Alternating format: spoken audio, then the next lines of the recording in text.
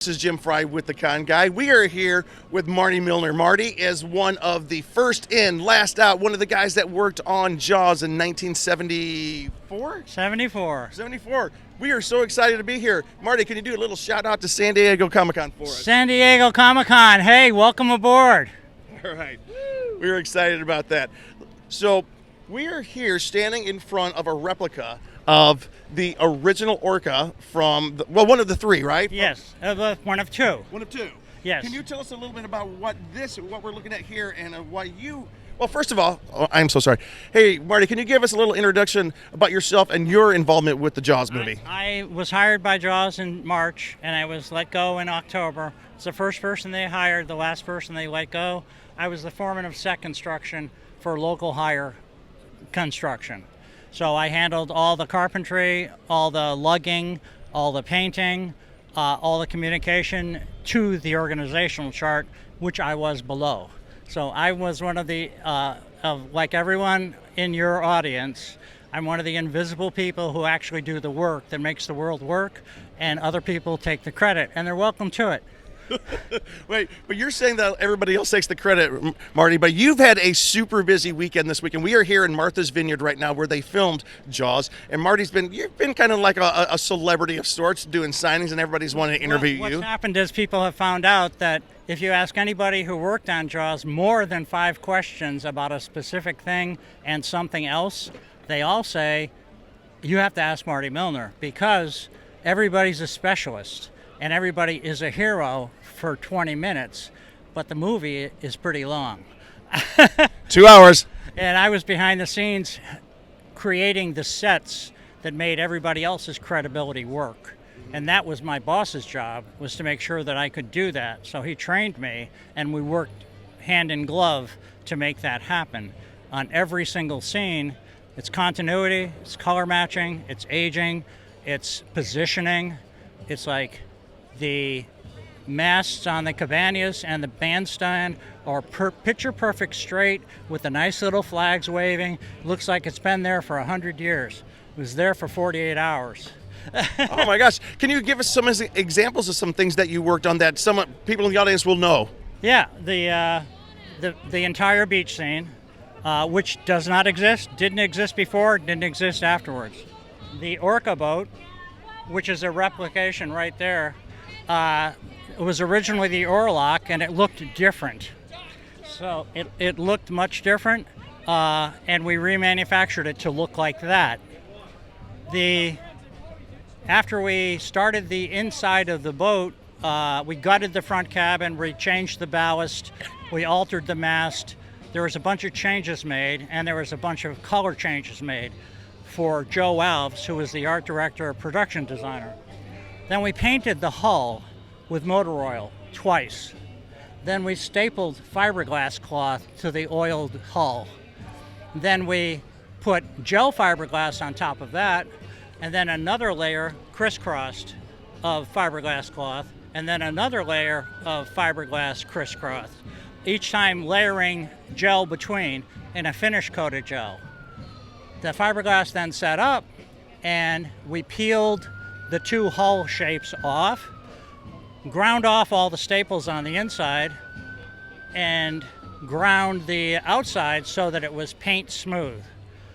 Took that inside the boathouse and put it on a platform about 8 feet wide on each side of the boat and 8 feet in the front and the back. The big platform, framed floor, 24 inches on center, 3/4 inch plywood. Put the steel grid patterns trusses on top of that, and then attach the hull pieces, the fiberglass hull pieces, to that. So we then started duplicating the boat outside exactly to the new boat inside. Knee by knee, bracket by bracket, angle by angle, curve by curve, seagull shit by seagull shit. And we made an exact duplicate of that boat. And that boat was made by a guy named Michael Sterling and his son Jack. And there's Jack on the boat right now, right? On the boat, right up there, chilling out. And Michael and I communicated on the phone for 1.5 years. about details because Michael wanted it to be as close as possible, but there are some things you cannot do. For instance, I wrapped the muffler on Orca 1 and Orca 2 with asbestos cloth. You can't do that. Can't do that today. Not unless you want to die. So how durable? The Orcas were very durable boats, right? No, absolutely. Okay, that's what I want to know about. Absolutely not. If you look how that boat travels in the water, that's not a seaworthy craft. and I can tell you how authentic this boat is because this boat has the same problems. This boat has ballast problems. It's got a waterline problem. It's you can't actually see it, but the waterline needs to be worked on. And the way it when it goes through waves, it curls and rolls and heaves and yaws. And that's the exact same problem they had on Orca 1. So this is a highly authentic boat because it's facing the same problems. That's fantastic. You can't outrun the gremlins of Jaws. Steven Spielberg tried it, and he's still running. And he's running scared. Well, tell us about that. You did also work a little bit on the shark? I repaired all 3 sharks. Okay. There was a right shark, there was a left shark, and there was a front shark. And those control tubes, the pneumatic tubes that go out of the shark on the left side or on the right side or underneath, that those tubes are why there's 3 sharks, because the control cables have to go into the shark and it can't be visible to the camera. So that's the whole thing with that. Now, every time you move the shark and it's doing this, or it tears right here, right in the jowl. And it had accumulated a lot of salt water, a lot of bacteria, a lot of microorganisms, a lot of sea slime. And the special effects guys didn't want to crawl around inside that shark, because it was disgusting. It smelled like low tide. It smelled like a bad low tide. But who would do that? Get the local hire guy to do it. He's doing everything else. So that's you. Yeah, it's like get Marty to do it. So Ward sent me to Roy Arbogast, who is the special effects guy, and I work with Roy Arbogast and his son Michael. And Roy taught me how to repair the neoprene and the 4-way ripstop nylon and how to use flexible epoxy, the hardener and the rest of it. And we're moving around, everybody, just so you know. We're in a nautical environment. You got to have sea legs if you're going to watch. I'm holding on for dear life right now. He seems used to it. Yeah, I've got sea legs, so it doesn't bother me. But if you notice some unnecessary movement in the background, we're experiencing some turbulence. Cheeseman here. We are on Martha's Vineyard here by the replica version of the Orca they're doing, celebrating Jaws 50. Jaws 50, can you believe it, Marty? This is Marty Milner. He helped build the original Orca and also did a little bit of work on the mechanics of the shark. What's it like being here 50 years after Jaws? It's good to be back on Martha's Vineyard because I have a lot of people who are here who are my friends, and it's always good to touch back with people that you've been friends with for over 50 years. And if you're lucky enough to live as long as I have, and you've got 5 friends, you're doing well. And I've got a lot more than that because of basically the guy I am. And on Jaws, I basically made a reputation for myself both on the island and with the movie people as somebody who was indefatigable and absolutely relentless with the pursuit of a solution to any problem. And if my solution didn't work, I could generate 2 or 3 other ones, and one of them inevitably would work. So that was, as I came out of my 20s, what I still do and what I've done for decades is I recognize patterns. And back then, it's like if you see the pattern and you understand why the pattern's broken, you can create the right solution. And if you don't have an eye for that, or you don't have an internal sense of chaos, you cannot solve problems because there's no such thing as one problem that's disconnected from everything else. And that's true in the movie in particular. Yeah, the movie for sure had a lot of problems. Now tell me, what was your favorite part of the original boat you got to work on or create? I would say the transoms and we're having another nautical moment, folks, so don't panic. You're not having an earthquake. This is shaking on our end. I made 6 cabin walls and 6 sterns.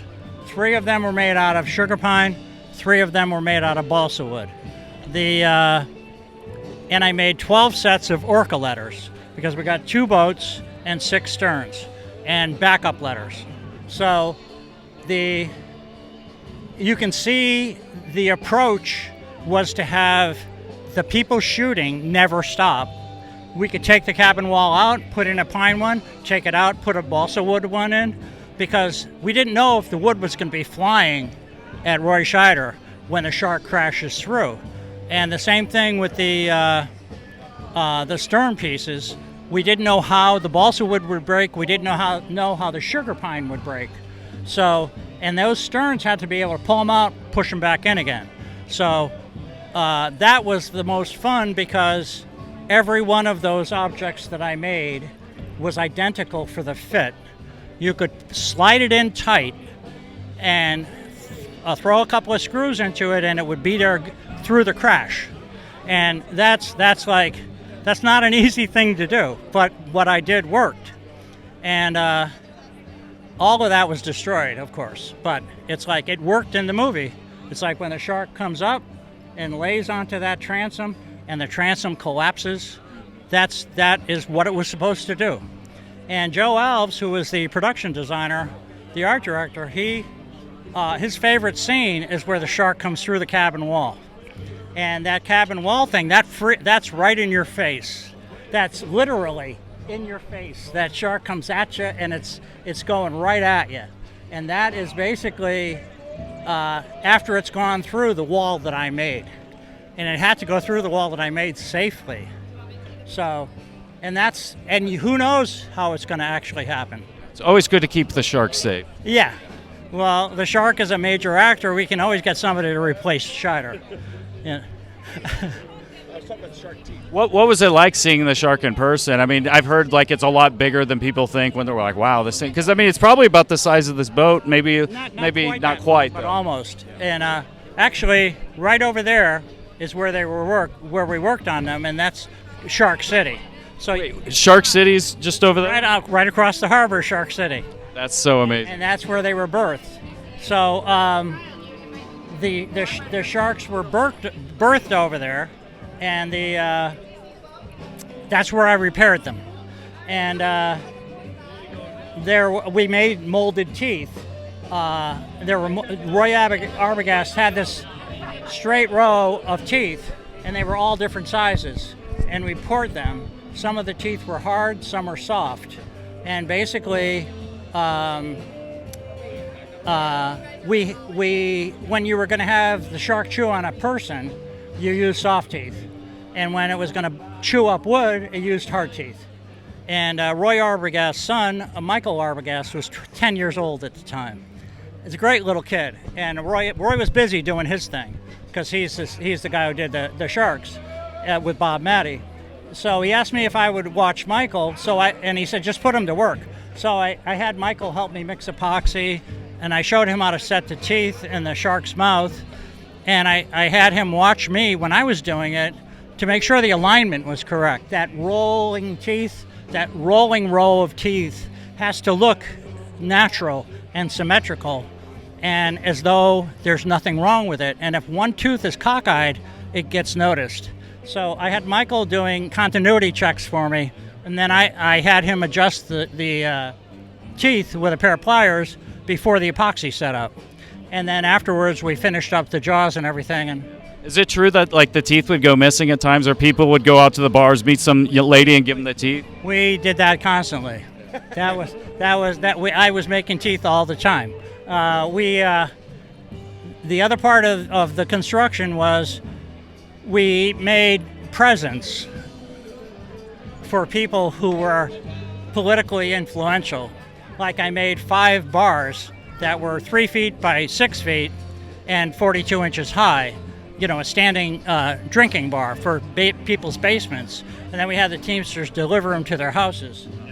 we made 12 5-quarter mahogany boat ladders for different people who saw that we had mahogany boat ladders and wanted one.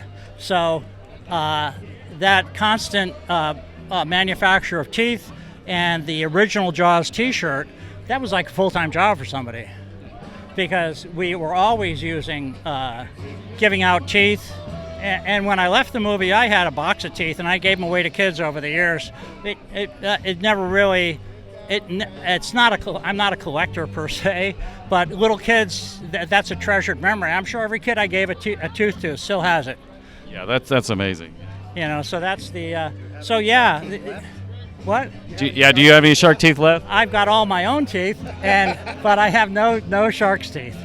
So I gave all my stuff away. The only thing that's left is I have a couple of pieces of balsa wood from the transom cabin construction, and I've cut those up and I put them on postcards that I made for people to have a little piece of Jaws 1. And apparently nothing from Jaws 1 survived. So, but yeah, was there any, like, I heard you may know some behind the scenes stories, or maybe some things that people don't know, or like just funny stories on set or working on that about any of the crew or the actors and all that? There was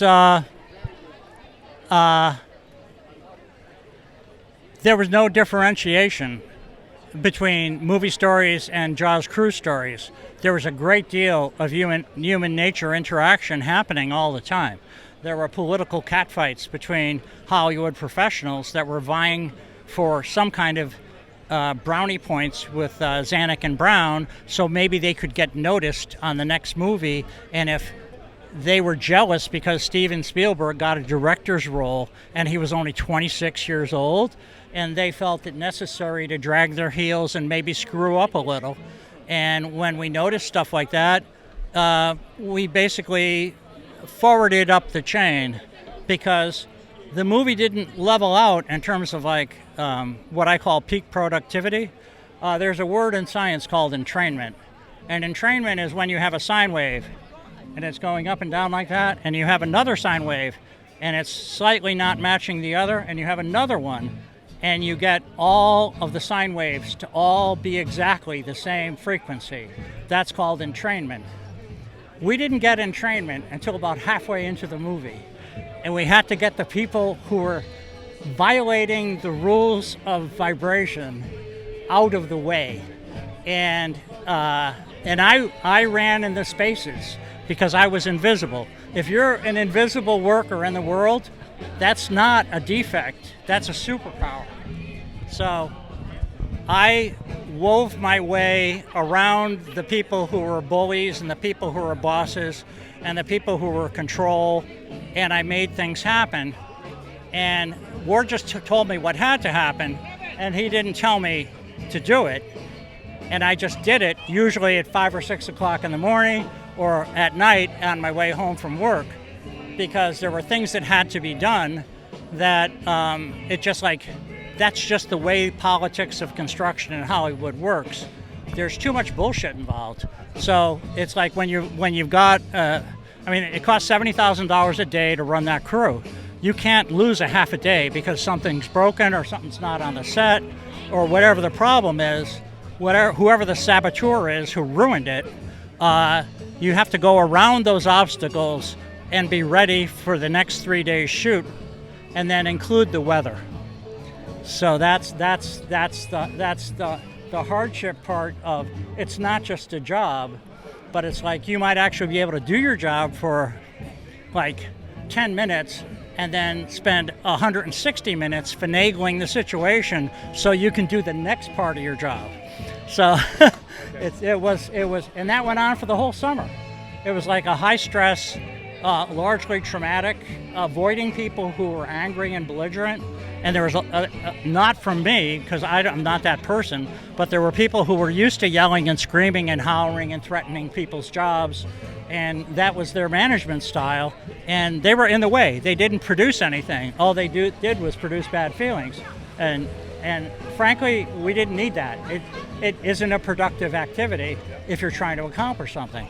And that's the and there were setbacks galore. Constantly setbacks had to be adjusted. Warren Buffett just gave an interview a couple of weeks ago, and he said, you know, there are all kinds of setbacks that you face in your investing career. And, you know, if you die, that's a setback. So we're not spending $3 million more. Shut this puppy down and get out of here. We're writing it off. But we went from $3 million to $6 million to $9 million, and then to $11 million in post-production. So, and at that time, that was big money, and that was a gigantic risk that had been taken. The following summer, they were lined up around the block, and they made $400 million in 90 days. And Spielberg had a green light for anything he wanted to do. So the young boy was right. So did you help build aspects of the Orca that helped kind of sink it, and how did they go about sinking the boat? That was all, Jim Blaine was a metal worker who built the carriage underneath the boat, and he set up these arms that trip, and you can trip all these 55-gallon drums. I didn't do any metal work. I'm not a metal worker. Jim Blaine did all the copper and iron work on the mast and stuff. So, but metalworking is not my thing. Jim Blaine did the shark cage. So, and we kept stumbling over the shark cage because we didn't know where to put it. And it was because everything was a space intense situation. And that's the summer. Look at it. You can't breathe. It's like trying to make something happen with all the trucks, the catering trucks, stuff like that. By the way, the food was great. When they had extra food, they notified me to tell the guys to come by and eat the food. And, you know, my guys would go over there like a bunch of like hyenas and just tear it to pieces. We just ate constantly because the caloric consumption was really high. At one point, Steven Spielberg stopped a big van of Lay's potato chips and bought the whole truck and distributed it to everybody at the beach. That's amazing. Were you there the day that they blew up the shark? No, I was not. See, I didn't do any water work because I was on land. I was feeding everything that happened out there. I didn't have 5 minutes to even go down to the dock to watch them get on the boat to go out. I was busy working, and I was working at like 4 different locations. And it's like I had people that had things to do who encountered problems that needed to know how to proceed. And then I had to make a judgment call on what to do. And that's the... It was more like fighting a war than making a job. You know, it's like you're constantly, you have a limited amount of time, limited amount of material, and you've got to achieve a certain goal. And there are things that happen that you hadn't planned on, and and you just figure out how to proceed. And I knew where there were places on the island where you could get additional building materials. And I knew the people who had them, so I was able to get supplies when the lumberyard ran out. So it's like we shipped a lot of also stuff from off island, like the 4-way ripstop nylon, the flexible epoxy, all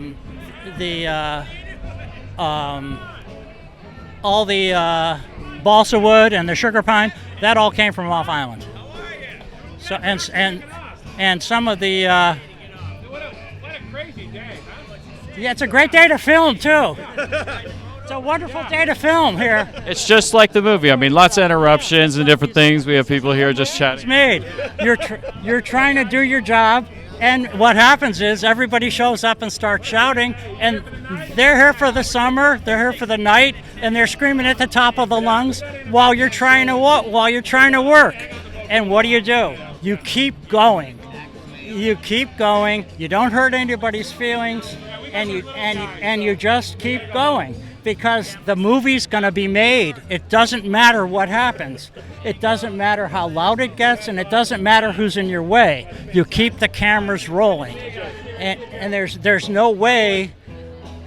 If you can take the energy that's a negative energy and you use it in a positive way, you can end up with a great movie. And the people who are problems never even knew they existed and didn't even know they were on camera. I know we're winding down for our last couple of questions because before we all get baked out here, I know Mark has a question. Yes, Look, sir. Mark's here with us as well. Mark, why don't you come ask a question to Marty? Sure. Well, Marty, Mark Atkinson here. So you've supplied us today with a wealth of knowledge behind the scenes, but I got to ask you the question everybody, or at least me, wants to know. It was 1974, post-Vietnam, the wild disco era. Yeah. My question is, and I heard it's legend, Captain Quint, Mr. Robert Shaw. Yeah. Did you ever party with him? I never partied with him or any of the other guys, but some people on my crew did, and there were parties. And I was working many more hours than everyone else, so some nights I only got 4 hours of sleep. Wow, okay, yeah. It's just like, and when I woke up, I was half dead for 4 hours before I woke up. We woke up when we showed up at the job in the morning. There were cases of cold beer and pots of coffee. Yeah, because I had heard that they had actually hired PAs to kind of escort him in and out of bars. Yeah, and there were troubleshooters because they were vulnerable, insurance-wise. So they had to take care of that problem, and it was a problem. And it's just like that's the way it goes. Awesome. Yeah, thanks for clearing that up. Yeah. Sure. If you have any other questions. Last question. Last question. You get one more, then I have one last one. Okay, sure. Yeah. So this is the first time you've been back, and since you've made the movie. No, I make trips up here to see my friends all the time. I have friends that I've known for 50 years on this island.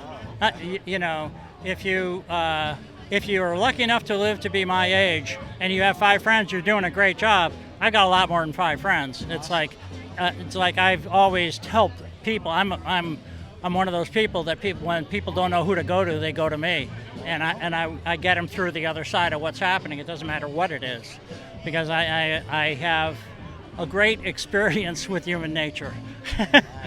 So when you were, this is my last question, but when you had only 4 hours of sleep, over 50 years ago, did you ever imagine you'd see this?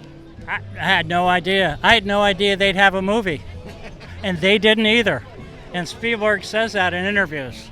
He did not know what would happen until they got back to the production room, the post-production, and it came together with Verna and John Williams, and that was part of making the movie, and that was the important part, really, because it's not a race until you get across the line. We have had such a great time here in Martha's Vineyard, such a great time at celebrating a movie which means so much to so many people. So here we are 50 years later. Many of us here consider this one of the greatest pieces of cinema ever made. It's in the top 10 of the top 100 movies ever made in America. So my question is this. We have come away, I saw it when I was 6 years old in a drive-in theater with my parents in the back seat. It was an amazing thing that all these years ago, I remember that moment. I've seen it 30 times since then. So many people have taken so much away from this movie. What have you taken away 50 years later? What do you keep? What is it that you remember that you take away 50 years hence from the movie? Well, there are 2 things. One are the people, like Lee Fierro was a friend of mine.